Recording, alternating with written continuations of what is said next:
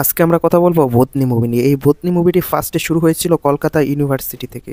ইউনিভার্সিটির মধ্যে একটা গাছ রয়েছে। সকল ছেলেমেয়ে ভ্যালেন্টাইন্স ডে এই দিনে এই গাছটির পূজা করত। সকল ছেলেমেয়ে বিশ্বাস করতো তারা যদি ভ্যালেন্টাইন্স ডে এই দিনে গাছটির পূজা করে তাহলে গাছের যে ভূতনিটা রয়েছে এই ভূতনিটা তাদের প্রিয় মানুষকে তাদের কাছে এনে দিবে। এই জন্য তারা এই গাছের নাম রাখে ভার্জিন ট্রি। মুভির নায়ক শান্তনু তাকে একটা মেয়ের ধোকা দেয়, তাই সে শান্তনু রাতে মদ খেয়ে এসে ভার্জিন ট্রি গাছের সামনে এসে বলে তার প্রিয় মানুষকে তার চাই, তার প্রিয় মানুষকে তার চাই, এসব বলে বলে চিৎকার করে। তারপর সেখানে সে গলায় ফাঁস দেওয়ার চেষ্টা করে। তখনই এই ভূত ভার্জিন ট্রি গাছে থাকা ভূত বিশ্বাস করে যে সে সত্যিকারই তাকে ভালোবাসে।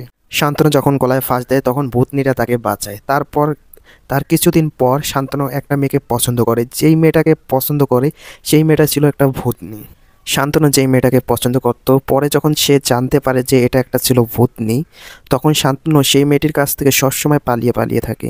তার সাথে দেখা করে না, তার কোনো কথা শোনার চেষ্টাও করে না। এক কথায় বলতে গেলে এই মুভিটার ফুল কাহিনী হচ্ছে যে মুভিতে যে পেতনি বা ভূতটা রয়েছে এই ভূতটা একটা ছেলেকে পছন্দ করত।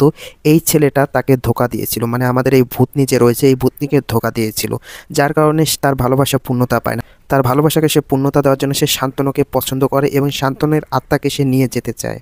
আমাদের এই ভূতনি যেহেতু শান্তনুকে তার ভালোবাসা পূর্ণতা পাওয়ার জন্য নিয়ে যাবে, এর জন্য তো শান্তনুকে মারতে হবে। সে শান্তনুকে মারতে চায়।